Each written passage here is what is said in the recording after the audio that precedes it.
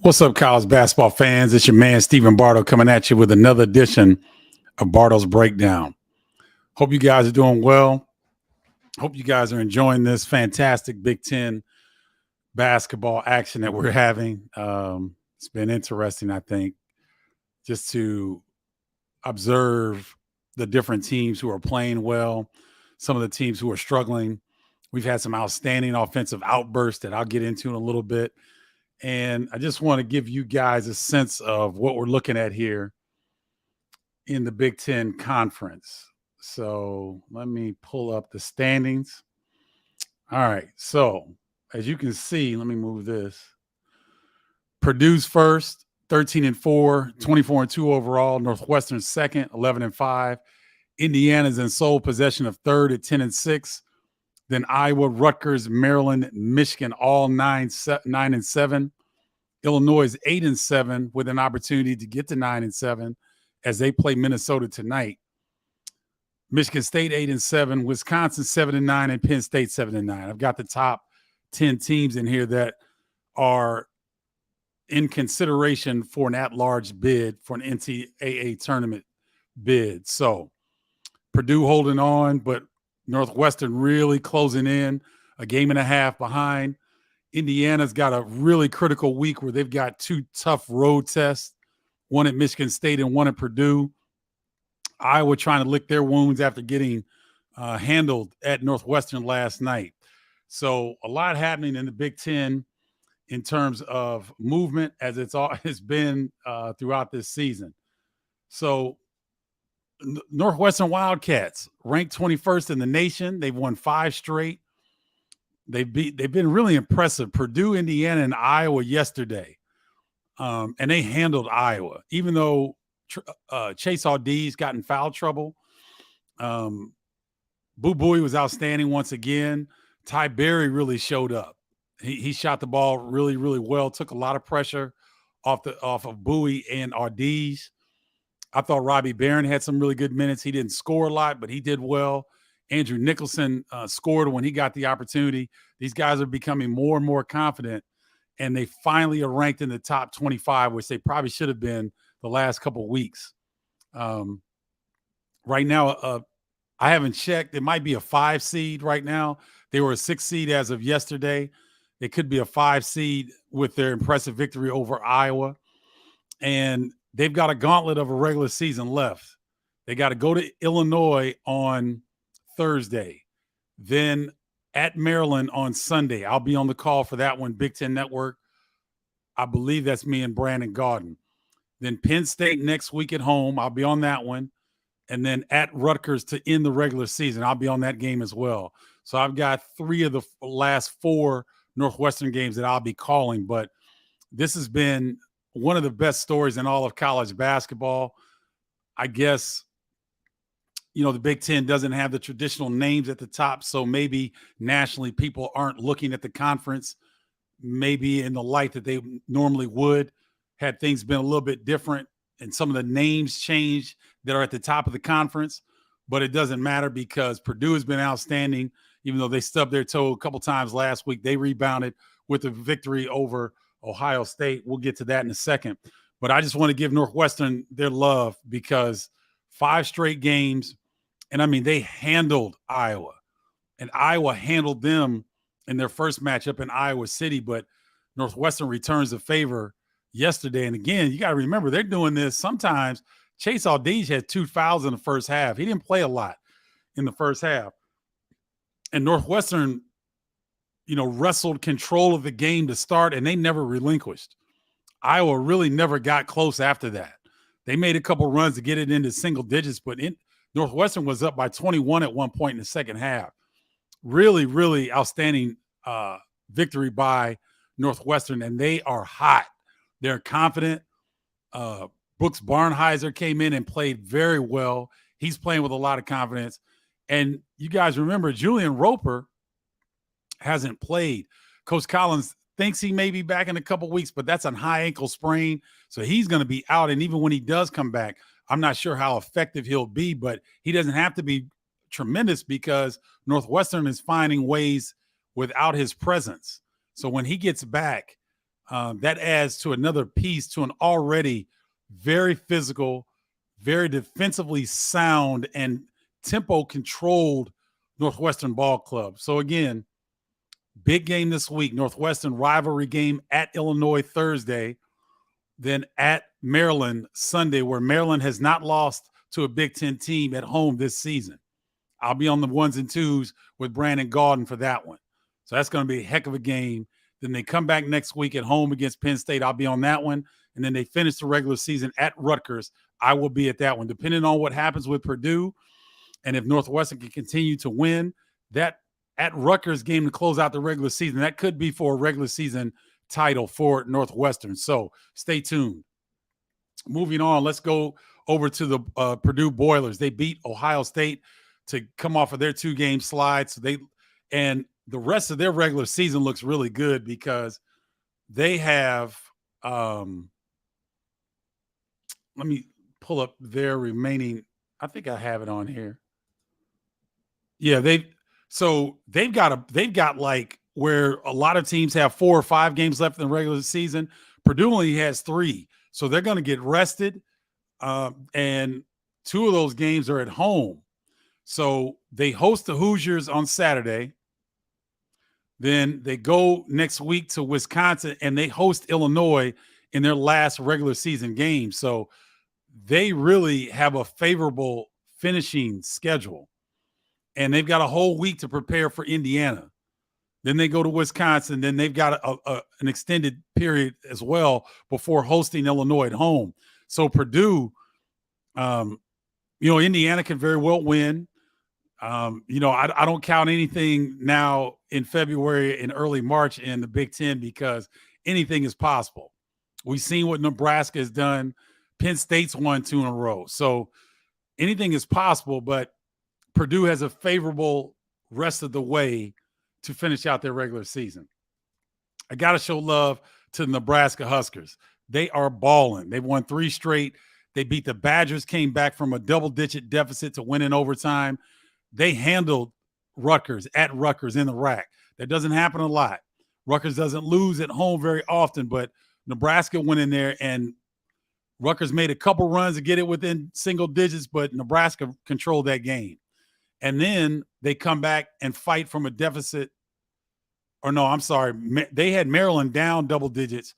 Maryland comes back to force overtime, and Nebraska wins in overtime against Maryland in Pinnacle Bank Arena. So Pinnacle Bank Arena, according to Connor Clark, is rocking once again. So big ups. This might be Fred Hoiberg's best coaching job of his coaching career. They had pros last year when they went into Wisconsin and beat the Badgers in the last regular season game to allow Wisconsin and Illinois a co-share of the regular season title. This year, he's lost 2 starters to injury, and they're playing his best. They're playing their best basketball right now. And 2 of those victories, I mean, all 3 are very impressive. But to come from behind against the Badgers, to go on the road to beat Rutgers, and then to beat a really good Maryland Terrapins team, big ups to Nebraska and Fred Hoiberg. Jalen Pickett Penn State stays in the midnight hour with Jalen Pickett. The Big Ten Player of the Week. Listen, we know what he did against Illinois, 41-8, impressive. But maybe more impressive, I don't care that it's against Minnesota. They got scholarship players as well. They got guys who are going to make money as well. They haven't been playing well because they've been through a ton of injuries, and they're young. But they've got talent on that team. Jalen Pickett dropped 32, 9, and 8 to follow up a 41-8 game.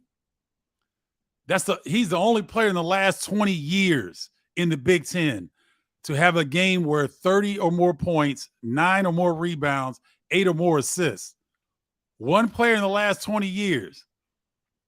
That's Wilson Pickett playing sweet music. Mustang Sally in the midnight hour. Go ahead, Jalen Wilson Pickett. Play your music, brother. I see you. Big ups to the Big Ten Player of the Week, Jalen Pickett, getting it done. All right. Big Ten games to watch this week. That'll be tomorrow. Indiana at Michigan State. I believe that's on ESPN, 8 p.m. start. If I had to guess, Robbie Hummel and Brian Custer will be on the 1s and 2s for that one. On Thursday, Northwestern at Illinois. Let me go back and make sure. Okay, that's on Big Ten Network. I don't know who's going to be on that one. I will not. I am Penn State at Ohio State Thursday on FS1. But big game, Northwestern at Illinois. It's always a rivalry game. Always fun to see those two hook up. And then Saturday, Indiana at Purdue, another rivalry game. Indiana won the first one in Bloomington in impressive fashion. We'll see that with Purdue with a week's worth of rest, licking their wounds, maybe healing some knick-knack injuries that everyone has at this time of year. The Hoosiers invade Mackey Arena Saturday. Hoosiers and Boilers. Doesn't get much better than that in the Big Ten Conference. Then Sunday, I'll be on the call for Northwestern at Maryland. We'll see what happens with Northwestern at Illinois, now ranked 21st in the country. And let's see what they do at Illinois. And they don't have long because that's Thursday. And then Sunday, they have to travel out to College Park, Maryland to face an undefeated at home in the Xfinity Center Maryland Terrapins team. So those are your games to watch this week. All right. You guys want to be in the know and you want to be like your man over here. Get one of these Bardo's breakdown, these flying Illini tumblers. I got my iced tea and lemonade mix, environmentally safe metal straw, dishwasher safe. The logo doesn't go anywhere. I've watched this repeatedly. It still is bright and vibrant as it was when my sister Robin sent them to me. So make sure you go to shopcustomizeit.com. That's shop customize with a K, KUSTOMIZEIT.com to get yours today. All right. If you want to be a part of the tribe, which is the Inner Circle Bardo's Breakdown, text me to 312-847-2739. I don't blow you up. I don't go crazy. I just give you behind-the-scenes look at what it's like, the life of a college basketball analyst for Big Ten Network and Fox Sports and Westwood One moving forward and Chicago Sky, hopefully. And there may be another surprise in there that I can't reveal right now, but you want to be a part of the tribe. 312-847-2739, or you can join the email list, Stephen.Bardo/college-basketball-newsletter. Once again, StephenBardo.com/college-basketball-newsletter. Okay. Now, I was talking to a gentleman yesterday who is the engineer for the Northwestern men's basketball radio. And he says he tunes into Bardo's Breakdown. So thank you very much. And what he says is he likes this next segment the best, the Q&A, which I love. I love talking to the passionate college basketball fans in the Big Ten Conference. And I love having this interaction with you all. So thank you for that. Letting me know that was your favorite part of this. So I will definitely shout out my people here. SB, couple questions. What is Northwestern's NCAA tournament ceiling, and who is the greatest Nebraska Husker cager ever? I think Eric Piakowski needs to be in that discussion with best Husker cager ever. You've got NBA numbers. Piakowski played in the NBA, and I think his numbers may have been better than either Tyronn Lue or Stu Lentz. Tony Farmer may be in that conversation as well. Eric Strickland is in that conversation as well. And there's a big man that I'm forgetting from Australia that had a very good career at Nebraska. His first name is Alex. It'll come to me in a minute, but very good question, Ian Gitchell, I believe is how you pronounce your name. Thanks for the question. What is Northwestern's tournament ceiling? Well, defense travels. So it's going to be interesting, right? I think they're a 5 seed. They still may be they're either a 5 or 6 seed right now. So they're gonna get good quality teams. It's a matchup thing. And to me, if they match up with a team that has experienced quick guards like Northwestern has, that may give them issues, because I haven't seen a Big Ten team yet with the guard tandem that is as good two-way as Boo Buie and Chase Audeej are. They're the best two-way backcourt in the Big Ten. I haven't seen the backcourt match up with them like that yet. Now, when they get to the NCAA tournament, will they meet a team that has guys who are the size of Chase Audeej and Boo Buie that are as good offensively and defensively? That's a unique mix. But I have yet to see a team match up with them like that. Now, Iowa, when they lost to Iowa, when they lost to Michigan, they had some defensive breakdowns, and their defensive schemes did not work against Iowa the first time, did not work against Michigan. And the Wolverines and Hawkeyes were able to take advantage of some of those breakdowns. And I believe the Wolverines shot the lights out from three-point land. You have to really shoot well from three-point land in order to beat Northwestern. You're not going to get much at the rim because they do such a great job of rotation, defensive rotation. They tag guys. They bump cutters. They make it very difficult for you to get easy two-point looks. So you've got to be hot from the three. So with that combination, it makes Northwestern an interesting team that could have a run, depending on the matchups. I can see them winning at least 2 games in the Big Ten. In the NCAA tournament. I can see that. Depending on the matchups. Don't quote me as saying Bardo says that Northwestern is a Sweet 16 Elite 8 team. That's not what I'm saying. What I'm saying is we have to watch and see what the matchups are going to be, and we need to see who they're going to be playing against before I make that declaration. Great question, Ian. Thanks for joining. Chris Collins is National Coach of the Year. Loses Ryan Young and Pete Nance to the portal, and the Wildcats are definitely a more complete, better team. Now, is that Coach Collins coaching better, or is that addition by subtraction? Could Northwestern do the things defensively if Pete Nance and Ryan Young are still on the roster? I don't think so. Ryan Young can't move that good. Pete Young was limited in his lateral mobility. I'm not sure Northwestern would be as good if those two stayed on as they are right now. So, yes, Chris Collins, I don't want to take anything away from him. He is definitely Coach of the Year candidate. There's no doubt about it. But I want to give you guys a different perspective, in that we look at the offensive production of Pete Nance and Ryan Young at North Carolina and Duke respectively. But this particular team, this Northwestern team, is built on defense, and having Boo Buie and Chase Audeej carry the load offensively, and have others like Ty Berry, like Robbie Barron, like Brooks Barnheiser, like Andrew Nicholson fill in the gaps. So I'm not sure that Northwestern would have the success if those two guys were there.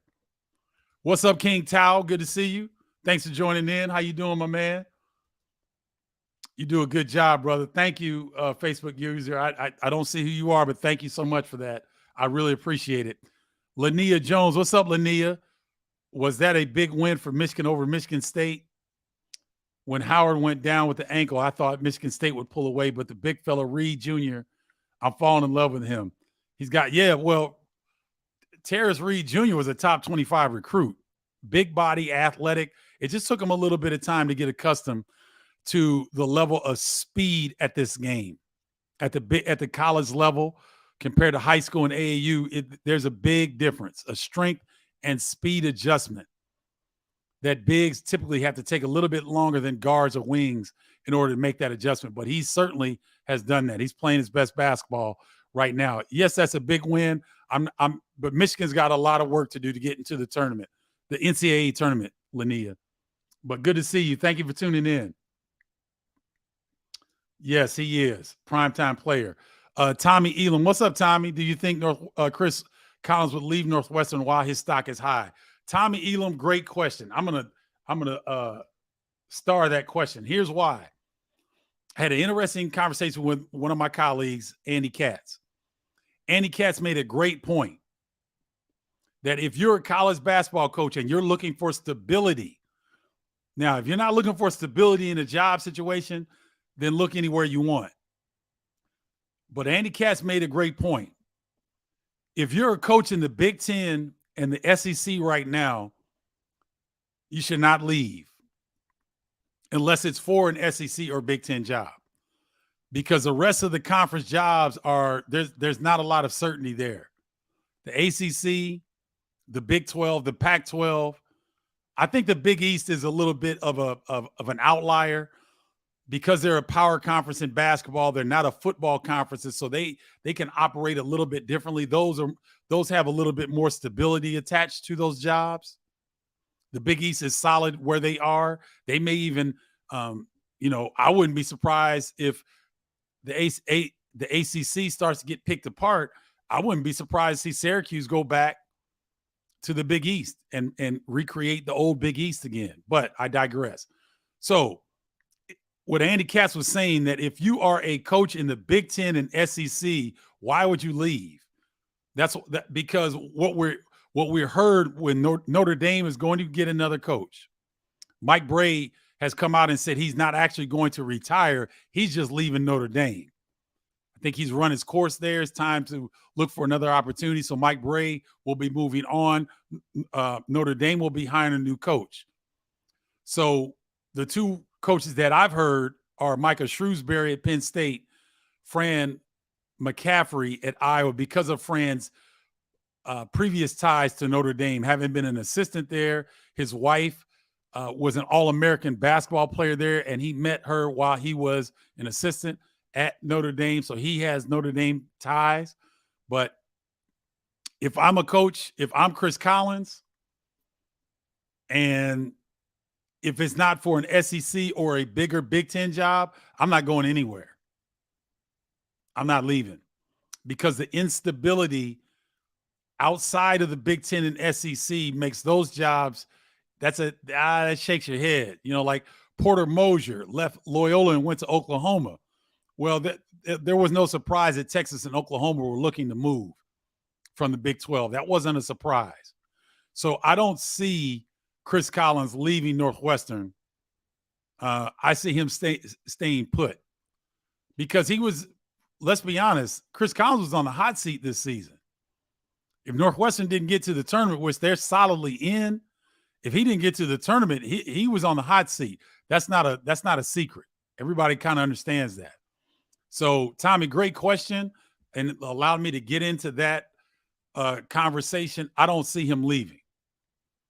And if he does leave, it will for it. And if you are of the mindset that Andy Katz is, which I tend to agree with, if you're trying to be in this business for stability and you want to grow a program and really have success and be at a place 10 years, 12 years, I don't leave Northwestern. TM, what's good? Northwestern has probably the toughest remaining schedule in the Big Ten. Yes, they do. And they're playing the best. They've won 5 in a row. That's the longest winning streak in the Big Ten. No other team has won more than 3 games. Northwestern's won 5. Nebraska's won 3. And Penn State's won 2. Those are the longest winning streaks right now in the Big Ten Conference. And yes, Northwestern has a brutal end to the regular season. But we'll see how they fare, because they've been looking pretty good thus far.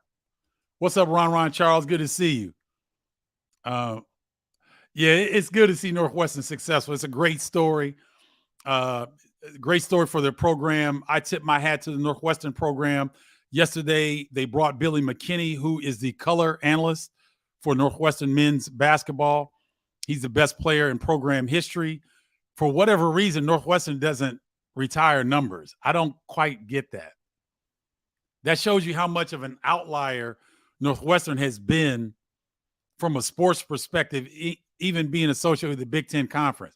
To not retire players, I mean, come on. That's a little strange, but whatever. So they bring Billy McKinney on the floor.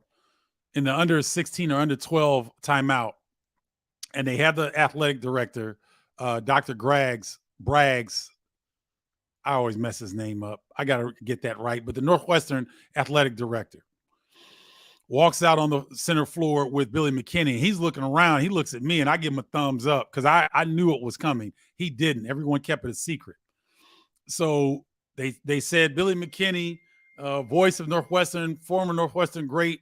Northwestern has not done this before, but starting next season, we're going to retire Billy McKinney's number. And he like broke down. He's a very loving man, and he's easy to show his emotion, and he was fighting back tears. And it was a great tribute. It was a great acknowledgement.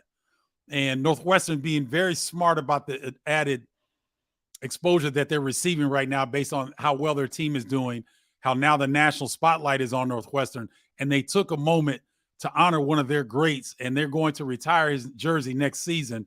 It will be the first in Northwestern sports history, which I think is fantastic.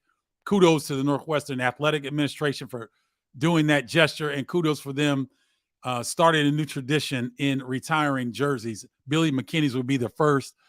Very well-deserved. Excellent job by Northwestern. Northwestern is a really well-coached team. The scheme fits the players perfectly. I can't agree with you more. What's up, Curtis Dietz? What's up with Nebraska? Didn't they lose one of their starters, and now they are beating teams they shouldn't? They lost 2 starters. And it is the great example of what college athletics should be about. Connectivity. You got 5 guys, and if they're not going in the same direction, you can't quite ball up your fist. But this is Northwestern and Nebraska right now. That's why they're able to knock out their David going against Goliaths, and they're able to knock them out because it's a cohesive unit. There's connectivity. They're not like this. They're not going in different directions. They're all together. And that's why they've been able to knock out Purdue, knock out Indiana, and knock out Iowa. And they've got a chance to knock out Illinois on the road Thursday. So, yes, they lost 2 starters, and that's Fred Hoiberg, and that's the character of their team. What's up, man? Michigan State, we all waiting for this team to get rolling, but they got Indiana at Breslin. Indiana's rolling. Bardo outside of Kentucky. Give me MSU's big wins. MSU's big wins. Man, let's see. Let me go to the standings. Let me pull up Michigan State real quick. And Michigan State's biggest wins, Oregon, Villanova, a pretty good Portland team, at Penn State, Michigan at home, at Wisconsin, Rutgers at home, and Iowa at home, and Maryland at home. Those are their biggest wins. And Kentucky is not a really good win right now because Kentucky is struggling to get into the tournament, quite frankly. They've got a sweep of Tennessee, which will help, but they've got some bad losses. Losses to Georgia and South Carolina in conference play is not going to help their resume. So Kentucky is on the outside looking in, so that's not a good win right now. What is my opinion on Fran McCaffrey? I think he is too good of a coach to let his emotions get away from him. You know what? That's Fran. That's what he does. I'm not in favor of getting a technical foul and getting kicked out of the game when your team is down 15. I'm not in favor of that. I think that if your team is struggling and they're trying to fight and get back into the game when they see their coach go, because if you guys remember, Patrick McCaffrey got a technical foul himself soon after his dad got ejected from the game. So that's a very unusual scenario where your head coach has 2 sons on the team. And, you know, yeah, it's your coach. You're emotionally connected to your coach, but that's your dad. So if your dad goes out of the game, Connor and Patrick are going to be affected. And so Patrick felt like he got foul, or he was playing defense. He shot his hands up. He got called for a foul. And I think he questioned the official, and the official teched him up quickly. And so the Iowa fan base, the Iowa athletic administration knows what they get with Fran. That's what comes with Fran McCaffrey. He's an emotional guy. Sometimes he lets his emotions get the best of him, and it doesn't help his team. But he's a great coach, offensive wizard, offensive guru is what you really should call him. And we'll see how he fares down the stretch. Iowa solidly in the NCAA tournament. But now all these teams are really playing for seeding. The teams that are really, that have work left to do, that are in the top 10 of the Big Ten race are Wisconsin. Michigan State is in, but they could utilize some wins, as can Michigan. So right now, Penn State, Wisconsin, and Michigan are kind of on the outside looking in. I think Michigan State is in, but they've got to get some victories, and they'll have some good opportunities moving forward. So yes, there we go with that. Mike Ashenfelter, good to see you, Mike. Thanks for tuning in. Mr. Bardo, how many Big Ten teams will make the tournament? Right now, it looks like there'll be 8 solid, possibly 9. I'm not in favor of 9. And a lot of things can happen. So I would say solidly 7, probably 8. Unlikely 9. I see DeCourcy, Lenardi, they vacillate between 8 and 9 teams in the Big Ten. So I like to be certain. So I certainly 7, probably 8. 9 is a stretch. What's Pickett's NBA potential, or is he a G League player? I think Pickett is probably an overseas guy. I wouldn't go to the G League if I was Jalen Pickett. His numbers are video game like, and somebody's going to give him a look in the NBA. His numbers are too good. He's too heady of a ball player. Athletically, he is not at the NBA level, and I think that's what could keep him away from the NBA. I'm not sure he could guard defensively at that level. But I've been wrong. He will certainly get a look. If he's in the right position and he could stick, I wouldn't be surprised because he's a baller. But if I were to have to say today, I would say that he would be better off going overseas to get $500,000, $750,000, $1 million per year, playing somewhere where he could be the man and establish himself for years to come to make that money, to have success, instead of doing like what players like I did, trying to bang my head against the NBA wall and not going somewhere overseas and finding my niche, which I did in Japan in the latter part of my career. But looking back on it, I wouldn't change my journey because that's what it was. But for a guy like Jalen Pickett, is it more important for you to say you play in the NBA, or is it more important to set yourself up for life? And you can do that in a 7 to 10 year span if you're careful with your investing and saving and dealing with your money. And he has that opportunity because he's extremely skilled. But I'm not sure that he would be a bona fide NBA player. But he has NBA potential. And if he got to the right system, the way that he can score and he's heady, he's strong, could he stick? Yeah, he could. But that's just my opinion. I think he could do quite well overseas. Hoop Baller Scoop. What's up, Hoop? Bardo, you always say you don't want to play a Tom Izzo team, but watching them, I haven't seen anything that gives me a big tournament run. Just wait. I've seen this story play out a number of times. All right. So if we were to look at Michigan State, you got to remember something. Their classmates were killed and their lives were uprooted with that tragedy that took place on their campus last week. So they're going to be shook. They're going to be affected. Michigan beat them 84-72 in their last game. But now they have a chance, hopefully, to catch their breath, to find some sort of normalcy, because they've got Indiana coming to their place. That's going to be a barn burner. And you know what? That might be the game to get them over the hump. We'll see.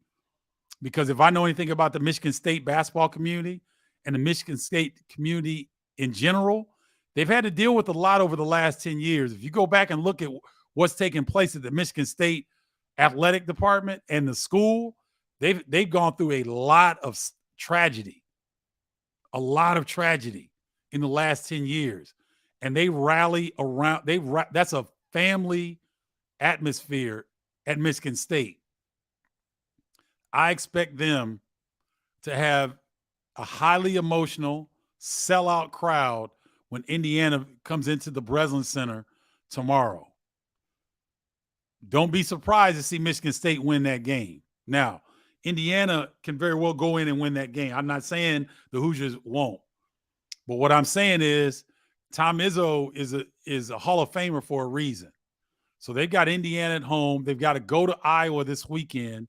Then they come back and host a red-hot Nebraska team. And then, they got to go to Nebraska. And then they finish at home against Ohio State. So these are great opportunities for Michigan State to right the ship. And I would not count against Tom Izzo. I'm telling you right now, there's a lot of things that have been taking place there that if they can come back together, don't sleep on them. Mike Ashenfelter, I think the Illini are solidly in. Their wins against UCLA and Texas are two of the best wins in all of college basketball. They're fine. The Illini are fine. Unless they just totally lose all the rest of the games and the games in the Big Ten Conference Tournament, I think the Illini are solidly in. What's up, Pooh?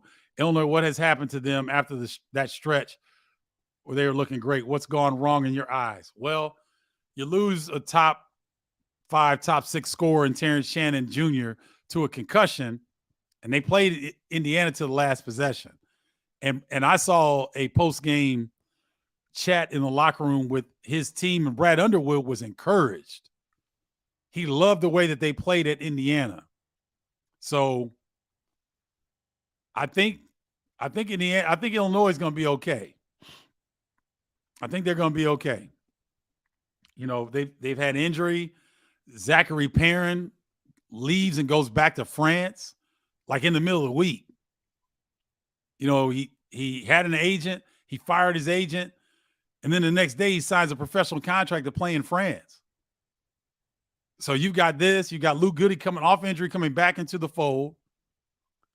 You got guys leaving the program. You got Terrence Shannon is in concussion protocol. I don't even know if he's going to play tonight against Minnesota. There's a lot going on. But Brad Underwood has done a fantastic job the last 4 seasons of the Illini peaking at the right time. So I wouldn't worry about them. Lyle Clark, what is the tiebreaker for seeding the Big Ten tourney? Usually Lyle's heads up, head-to-head competition, or common opponents, the outcome of common opponents. And then it starts to get really tricky after that. So that's kind of a macro view of how the seeding is done. Carol Poquet Tribe member. What's up, Carol? How was it calling the upset with Northwestern versus Purdue? Could you tell it might be one of those nights when the game started?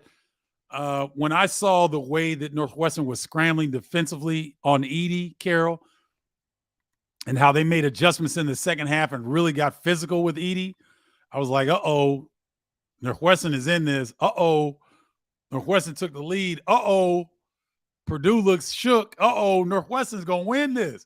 It was crazy. It kept building.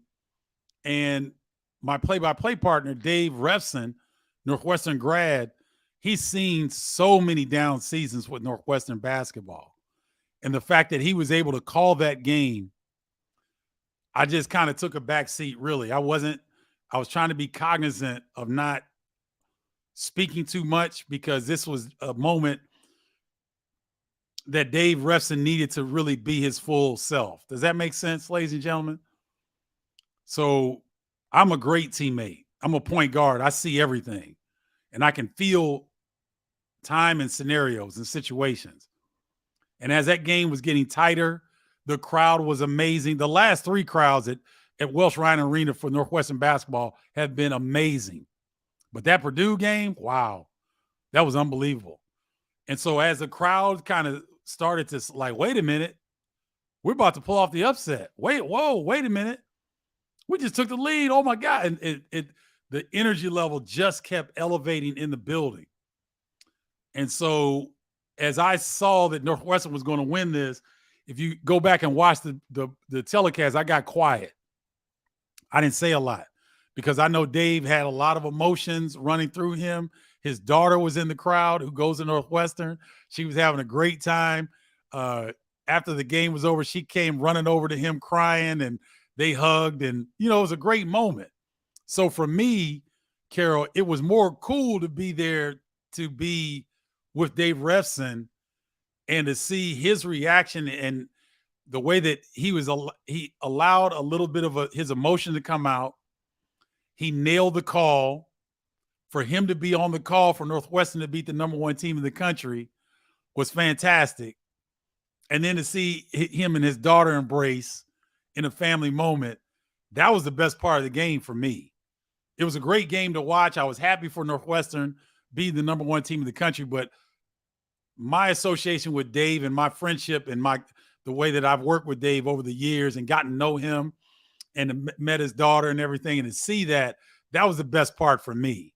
So it was a great, great opportunity. I was so happy to be a part of that and to witness it, but to witness that piece made it even more special. But thank you for that, Carol. I'm glad you asked that question so I could kind of share that, because I have not shared that with anybody, and that not on a public forum like this. What's your take on T called on Coleman Hawkins? Looks like TJD did get him. No call. If I made that dunk, I'd be celebrating too. Look, it's late February in college basketball. Everybody is tired. I'm tired. The coaches are tired. The players are tired. And the officials are tired. They're testy. They're a little bit emotional. You guys know, like, when you get tired and you haven't had enough rest and you're worn down, things get to you a lot quicker than they normally would. Officials they're not immune to that. And so, did I think that was a legit technical foul on Coleman Hawkins? No. But it's part of the game. And here's the beauty of it, ladies and gentlemen. This is life. That's why they say ball is life. A lot of fans think that games are supposed to be officiated perfectly. And, to me, I'm going to say this. I'm just going to say this, and I'm going to put it out there for everybody to hear. We can't play the game without the officials. Ladies and gentlemen, none of us are perfect at our jobs. We all make mistakes. Stop blaming the freaking officials for everything. The officials don't shoot three-point shots. The officials don't rotate on the backside to lock off the backside on defense. The officials have not made one turnover. The officials don't do a 360 dunk. The officials don't make decisions on which players come into the game when certain players get in foul trouble. But the officials, we can't play the games without them. So stop bitching about the officiating. I get so tired of that. Oh my God, it drives me crazy. You all can do it, but I'm going to come at you like this because it's a cop-out. When you blame the officials for a freaking 40-minute game, do you know how many plays are in a 40-minute game? And people point to one or two situations where the officials got all of the other situations right. Maybe they didn't get them all right, but they got 97% of them right. Can you say you got 97% of your duties done correctly at your job? Can you say that? Can you say that with a boss sitting there looking at you the whole time you're doing your job? Because that's what officiating is. They not only have the crowd, they not only have the coaches and players, they got the television audience and the Twitter, the Twitter fiends who can sit there and pull a clip off a video and isolate one instance and put it up on Twitter, and thousands of people want to talk about it. All those people are losers. Stop complaining about the officials. Only my opinion.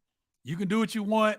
I'm going to call you a loser because it's fun for me to do that, because I want people to stop messing with the officials. They're tired.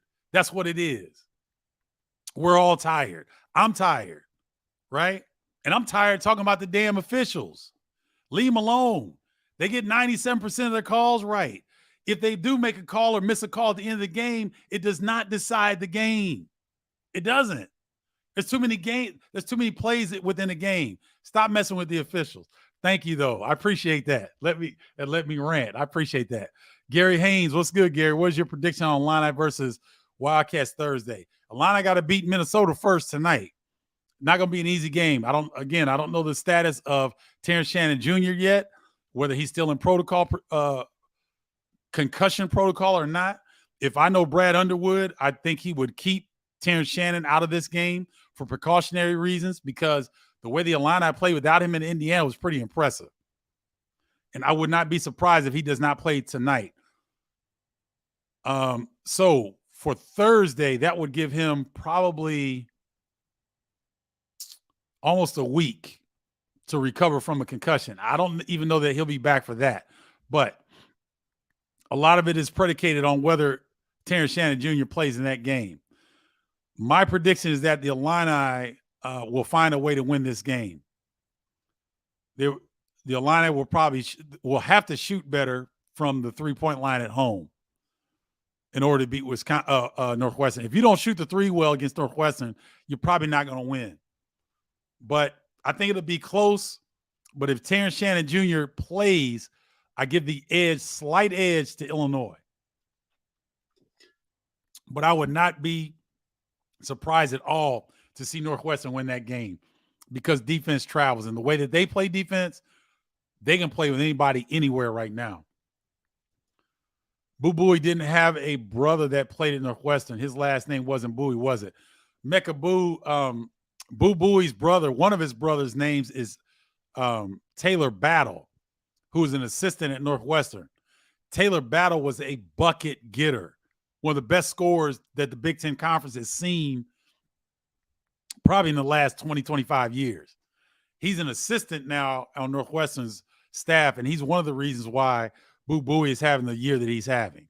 So, yes, no, Boo Buie's brother did not play at Northwestern. He played at Penn State. His name is Taylor Battle. He's an assistant with Northwestern, and he's still getting buckets on the scout team for Northwestern, for what Chris Lowry, assistant coach, told me. Him and Bryant McIntosh are giving it to Boo Buie and Chase Audesion, those dudes on the scout team. Those guys can still play, but they're both assistants for Northwestern right now.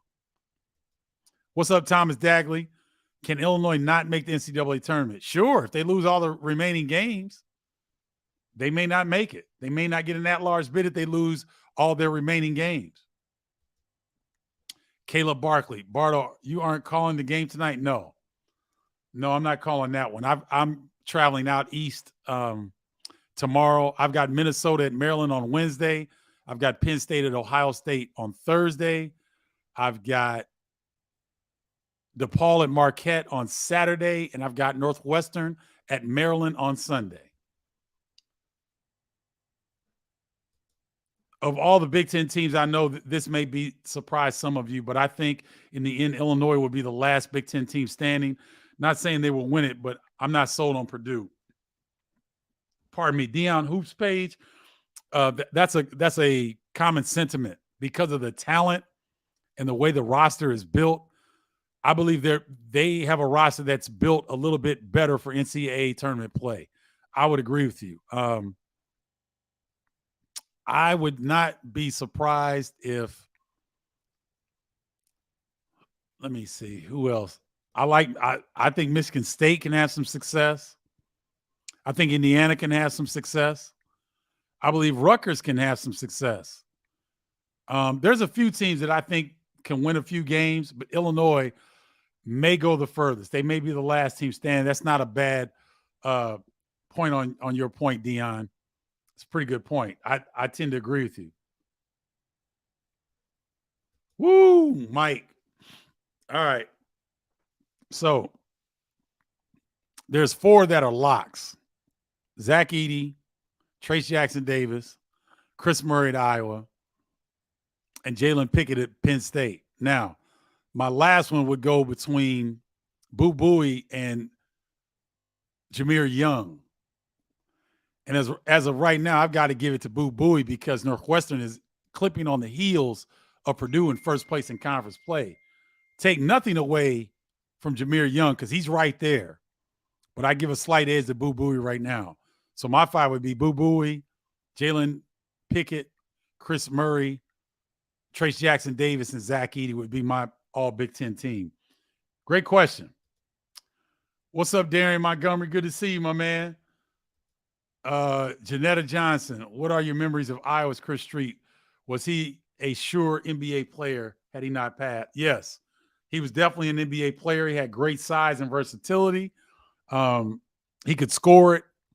He could play both ends of the floor. He was definitely going to be an NBA player. He's going nowhere. Plus, he's a great working relationship with the co-athletic director, Kevin White, from their days at Duke together. Okay. Roy Marbles should have been retired, Curtis Dietz. Roy Marbles is retired. They came back and did it before he passed away. My question, did Trey Burke do enough to be in the rafters? He said he would love to be up there. Ooh, Trey Burke in the rafters at Michigan? I think so. Melissa, that's a great question. I think so. He 2 Final Four runs, a national championship appearance. I think it was player of the year. Was he Naismith player of the year? Or I think he was player of the year. I can't remember which designation, but he was definitely player of the year. Trey Burke, I mean, Michigan's got some beasts in their rafters, but he should definitely have consideration.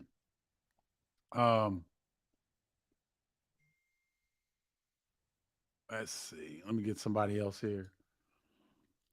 My gosh, your job is tough. Spring has sprung and the tides have changed. How fun. Go Northwestern and my Nebraska. Billy Rennick Montgomery. Okay, Billy, thanks for tuning in. I appreciate it. Ian Gitchell, Kentucky lost to Vanderbilt too. Yeah, Kentucky's got some work to do to get in the tournament. David Kennedy, at home, Iowa gets every call though. Okay, watch the end of the Michigan versus Iowa game. It was a joke. All right, I'll take your word for it.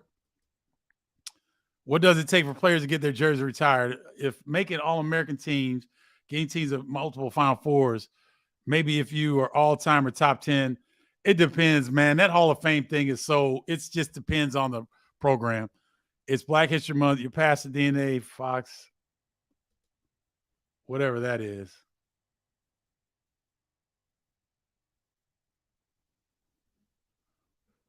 Whoever that is, yeah, you're going to get blocked for that. We don't do that here. If Diabate stayed, this would be a different Michigan team. You got to remember, Diabate left early. Caleb Houston left early. Caleb Houston, I get it, but he should have never left. He was not ready for the NBA. Diabate was more ready than him. But Caleb Houston coming back right now, it'd be interesting because he wouldn't have beaten out Jett Howard. So, or Kobe Buffkin, really. Came out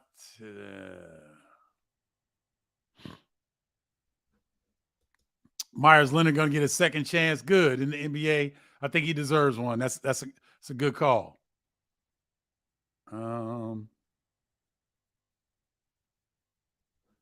Let's see.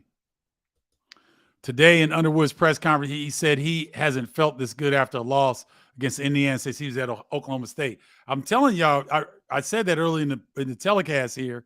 Underwood was very pleased with the way his team played at Indiana. So that's a great sign for them. Courtney Adams. What's up, Courtney? Bardo from the eye test. Who are maybe, say, the top 5 college teams you have seen? UCLA, Kansas, Alabama, Houston, and who would I say? Let me see. Let me get this top 25. I would say off the top of my head, Courtney, UCLA, Texas, no, UCLA, Kansas, Houston, Alabama, no Tennessee. Purdue scares me a little bit in terms of top 5. Maybe Arizona. Maybe Arizona.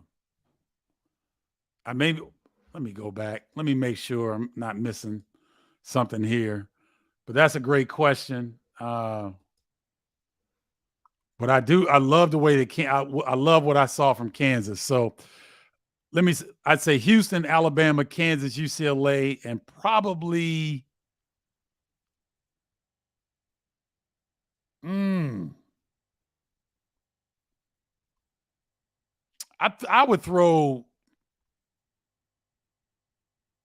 I'd throw Arizona in there. That'd be my 5. That's a great question because it's tough this year because there's no clear-cut favorites. But great question, Courtney. Thanks for tuning in. Why is Illinois so in love with shooting so many three-point shots? They lead the conference in 2-point play at times. Is baffling. Yeah, Robert. I think that's something that Coach Underwood wants to utilize in their attack is the 3-point shot. I agree with you. The numbers dictate that they should be shooting more twos, but it's part of what they do, and they've been fairly successful at it. So we'll see if they adjust it moving forward, but that's how they've been doing it.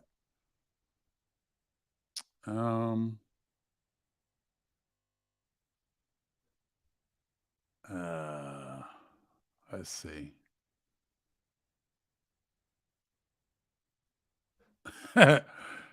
You notice I did get quiet. I thought you could take in the crowd. I got quiet for that as well, but I wanted to give Dave Refson space to do his thing. What's up, Don Green? Good to see you. Don is a tribe member. They should be feeling themselves. They've been balling. They have been balling. Hoop hype baller hoops. Bill Self is maybe the best coach in college basketball. Would you disagree? I just love the way he coaches. They got a chance to win it all. Bill Self I think he's the best coach. There's several that could be in there's top 3 or 4. He's certainly right there. Certainly right there at the top.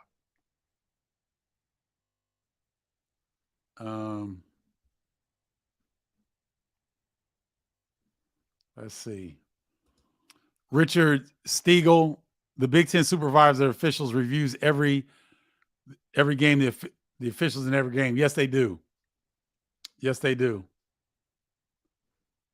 You're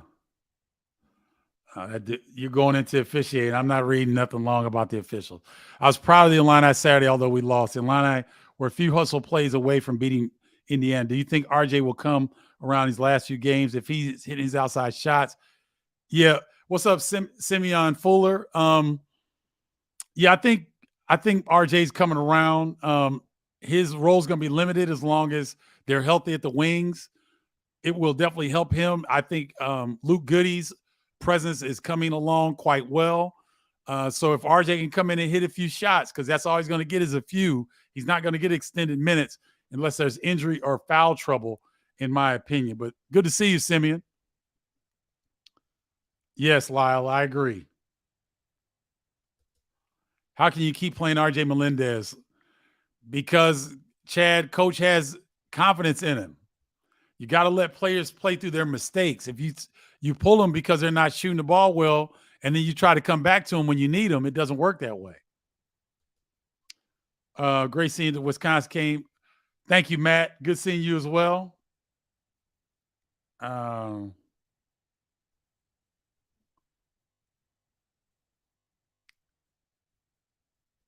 Okay.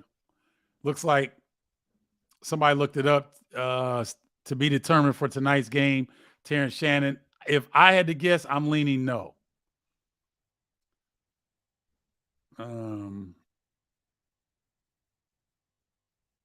Okay. Joe Stovall went into a long explanation about the officials.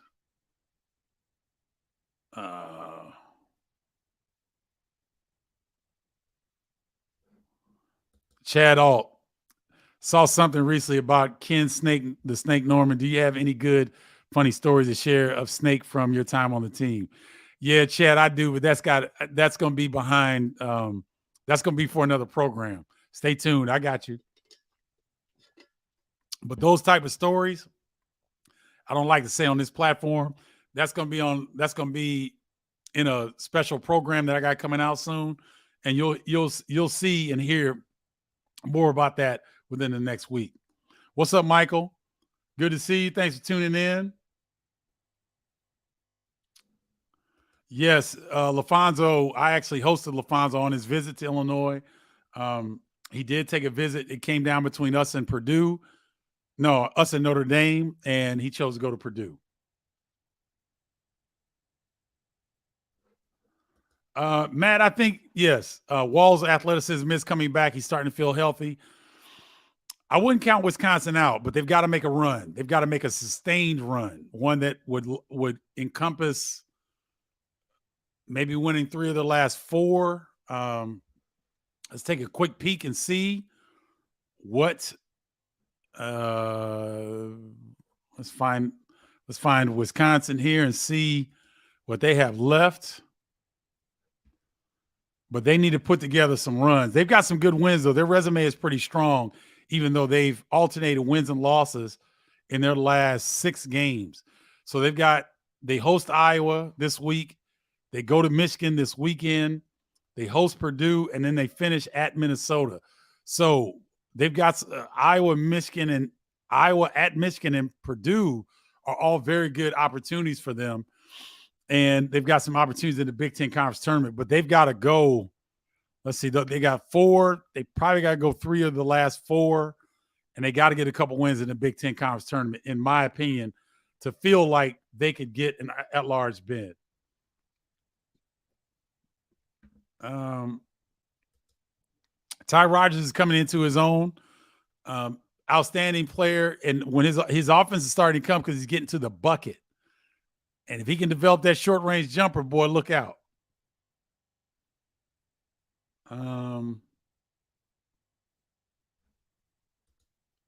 Did you hear Corey Alexander question why so many Big Ten teams are allowed in the tournament when most are bounced out in the first round? What are your thoughts on how the teams fared in recent tourneys?